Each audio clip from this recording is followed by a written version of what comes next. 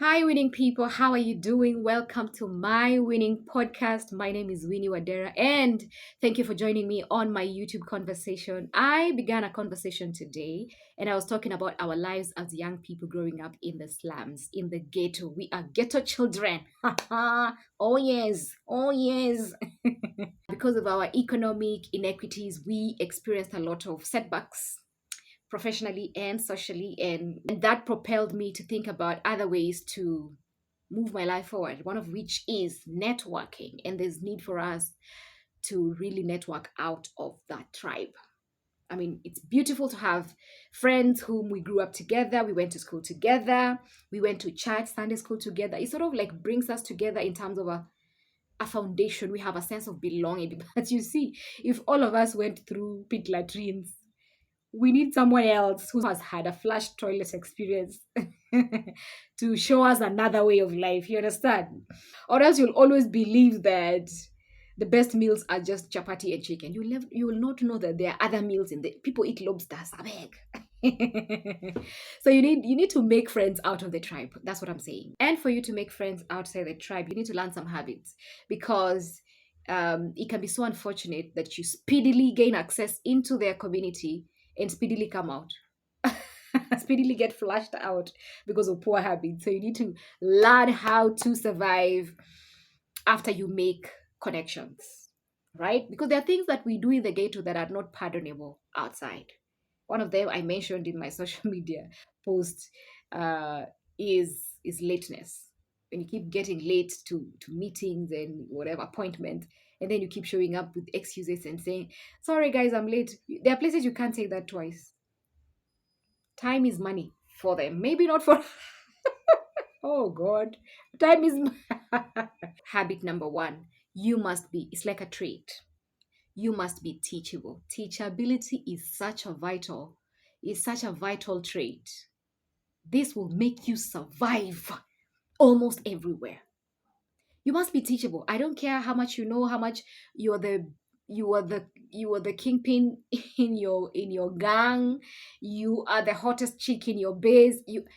You have to stay teachable with people out here. So you have to be open to learning. And if you don't know something, say you don't know. Don't try to people appreciate when you're open to learn, when you're open to new information. And by the way, one of the things you're looking for, right, with that kind of networking and connection is newness, new knowledge, new information. These guys out here, because of their level of exposure, because of their levels of education, because of their economic levels in life, these guys know more than you think. So staying open is for your own benefit. Do not carry an attitude. You can't afford an attitude. With your social economic status, you can't. An attitude is too expensive. It's not for people like you and me. Number two, an old dog can learn new tricks. That's number two. See, I'm just about to finish reading the Bible. I've been born again for 13 years now. And this is the first time in my life almost completing reading the Bible. You know why? Because I was never raised with a reading culture. And one of the reasons I am pointing this out on this video is because that for me is one of my biggest goals, I'm meeting this year. Because it's not just because I'm a Christian, but because it exposed me to a new culture. For me to be able to come to the end of the Bible, it took me reading the Bible every day. That is something I didn't grow with. I didn't grow with reading every day. We read for two reasons. We read for our parents, and we read to stay out of trouble because at school, our teachers beat us to read. Oh, read! Be quiet, read. And at home, our parents beat us to read. Read! So we read for our parents and we read to stay out of trouble. We never read for fun. It was not enjoyable. It was out of duress. It was out of pressure. So it became something that had a very negative connotation. So right now, as an old dog, imagine learning to read now. So a reading culture is something that our community robbed us of. Did you see these other people over here? These people read for their babies who are in the belly. They read for pregnancies. By the time the baby comes out, day one, they start reading for the baby bedtime story. By the time this baby is 2 years old, they read on their own. They enjoy reading. You ask them, what's your hobby? Reading. I beg. Yee. Ooh-wee. Wah. We are worlds apart, but here is the thing: the gap can be closed. An old dog can learn new culture. It is possible. Imagine it. The human brain is very interesting. God created us in very funny ways that if you decide today, you can switch your culture. They say it takes how many days to learn to learn a new habit? 60 days. I don't know. I'm not quite sure. But an old dog can learn. The cheapest ticket around the world is a book. So you get to learn different perspectives just by reading books. You get to meet personalities just by books. You get to know, you can talk about Mandela just by reading a book. You understand? You can talk about Australia just by reading a book. A book is the cheapest ticket around the world. Number two, reading is taking in information, and information improves your conversations. Now, with networks and connections, conversations are very extremely key because the kind of conversation you hold with people determines your future with those people. All right. Number three, leave your victim mindset at home. Leave your victim mindset at home. As a trauma student, I'm more than excited to talk about this point because I know everybody knows my story. I was raped, when I was 5 years old. My daddy left me, blah blah blah. I've had issues in my past, and one of the things I had to learn earlier on in my life was that people do not care about what you've been through. People care about what you bring to the table. So the earlier you get with the program, the better for you. This whole PT party, oh, you guys, you don't know, I'm an orphan. You guys, you don't know, I'm a divorcee. You have a card you go with everywhere. You guys, you don't know. You know me, I'm a single mother. You guys, you don't know. Here is the painful fact. People don't care what you have been through. People care what you bring to the table. That's one. Number two, still on the same point. Number two is the reason why you have to leave your victim mindset at home. And that is not even the healthiest way to handle it. The healthiest way to handle this is to seek help. Get counseling, talk to a therapist so that you get over it. Don't hide it at home, just heal. But that we'll talk about that on a whole new video. But it's important that you don't carry along. My point is, don't carry along your victim card. Because when you do that, it defines how you interact, or it influences how you interact with people.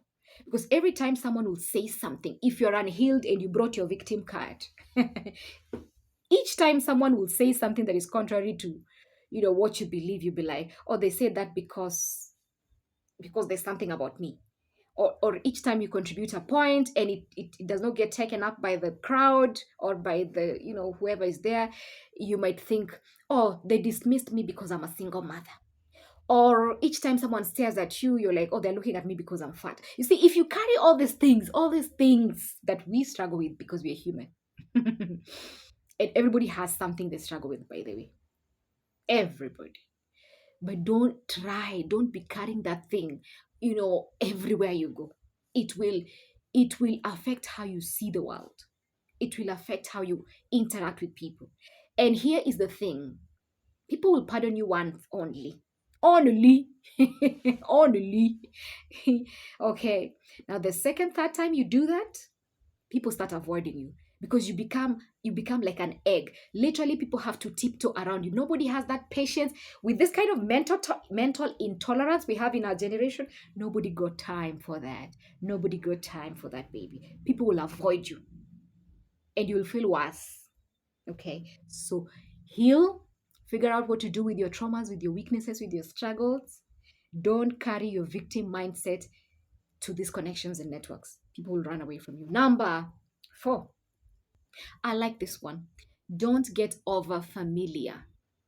Just because you're invited, you've gained access into the fold. You've made this connection, this new network. You've been invited into this new community.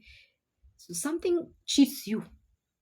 A little devil speaks into your ear and tells you, now you can relax, let loose, forget yourself, and get comfortable. Never get over familiar. You are not mates, so you are not mates. Never get over familiar. Stop daring people unless you've like grown into like friends and all that. But People you just made connections with there that don't dare anybody, no pet names, not yet. Okay, not yet. And when you're invited to like cocktail parties and you're drinking alcohol, blah blah blah, don't wait until you drink, lose yourself and you start undressing. The moment you feel your hand itch, you want to start undressing something, please undress your phone, call a cab and go home. Don't get too comfortable. Don't get over familiar. And so you have to have your own gauge inside of you. Everybody was born with a gauge, with an emotional intelligence gauge inside of them to be able to know at which level have we gotten. Are we there yet? If you're not there yet, stop blowing their phones with memes at 10 p.m. That's no. Listen, I'll handle this on another video. Keep following, keep subscribing. Number 5, embrace diversity. These people were brought up in an entirely different socialization, culturalization. You were two different autonomous people. Okay? So be open to a difference. Okay? People have diverse spiritual beliefs, spiritual engagements. People have diverse social engagements, social beliefs. People have diverse money habits, financial beliefs, economic values. You have to acknowledge, you have to be able to sit in the same room with someone who's totally different from you and be okay. Not be okay, accept.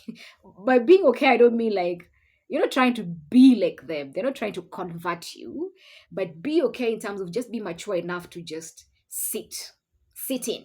Understand? People have different sexual orientations.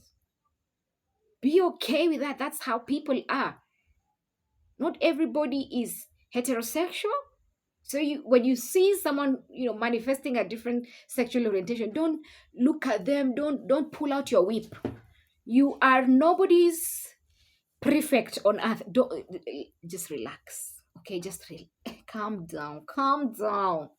Okay, so you'll be invited into people's parties, into people's homes, into people's offices, and they have deities and they have things and they have snakes and they have things. And if it doesn't work for you, just walk away quietly, but don't make a scene, don't fuss about it. Be open to diversity. Be open to different opinions. Don't debate until you fight. Okay, so we leave it at that. Number, I don't know, I've lost track of numbers. Number next, integrity. Oh my god. Integrity has placed people in positions they're not qualified for. Lack of integrity has got people out of positions they were qualified for. Integrity is everything. Integrity is everything. I've noticed I've been looking at this end for a long time. Let me come over here. Integrity is everything. There are things we get away with. We steal from our neighbors in the hood. We lie. You take something and unakataa kabisa ukuchukua. We get away with things. That level of nastiness cannot survive outside here. If you want to be taken seriously, start practicing small small small integrity. Just start practicing. There's no way out. You start lasting after mtoto wa mdosi. Umeona mzazi wa beste yako is your new friend. Ushaona babake unataka kumgeuza mubaba. Hey, you don't have what kind of integrity is everything. They trust you, they invite you into their intimate spaces, their offices, their homes, they leave their staff and these people are of a higher social status, financial status, and so they have like expensive things just around. I've been to one house and these guys had just phones all over. They had just not, they just had like expensive stuff around. Huko ni pale ukiona jewelry ni gold na si uongo, it's like it's diamond for real, it's a pearl for real. So you're like, hii ningiba zini school fees. But don't. Trust is a big issue. Trust will earn you entry into spaces and places. So you have to be a person of integrity. And lastly, because we're Africans, we always have a, a, a lastly twice. So now the final lastly, discipline, discipline, discipline. My God, discipline. I don't even know what more to add, but let's just say discipline. And you learn discipline by training yourself, your mind, your body with to be in control of small things. Waking up and ensuring that you spread your bed every day, making a commitment and following through, saying, you know what, I said I'm going to read every day, so no matter what, I don't miss, even if I'll just read an excerpt, even if I just read like 3 lines, but sticking through a commitment. That is discipline. When you're disciplined with these small things, it adds up, it adds up, it adds up. So you might not struggle with the big things. Keeping your word. Don't make promises you can't keep. Don't ever, no matter how small something is, don't ever say it if you're not going to do it. If you're not going to follow through and complete it or do it. Keeping your word is such, you guys, keeping your word is such a big deal. It immediately tells of who you are. If someone wants to know who you are, they just need to observe how you behave around your word. A man's word is them. A man's word is the man, period. A woman's word is the woman, period. Keeping your word is extremely key. Don't say things you can't do. Don't say things and don't do. You'd rather not say things. Disposing waste anyhow. This habit of us chewing things and throwing them anyhow, because we get away with this in the ghetto. We drink water from a plastic bottle, we throw it on the road. We get away with things like this in the ghetto. Out here, people are advanced.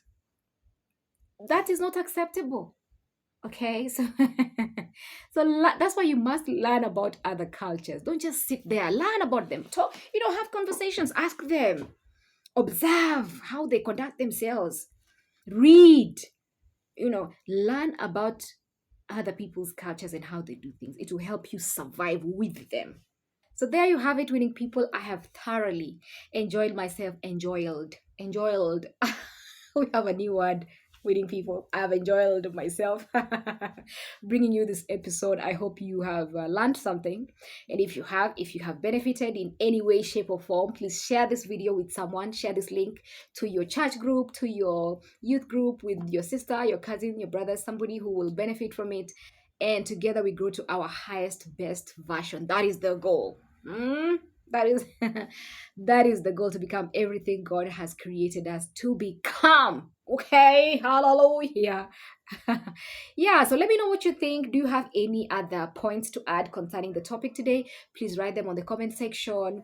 I'm happy to learn from you, and let's keep interacting. Till next episode, stay winning and have a blessed time.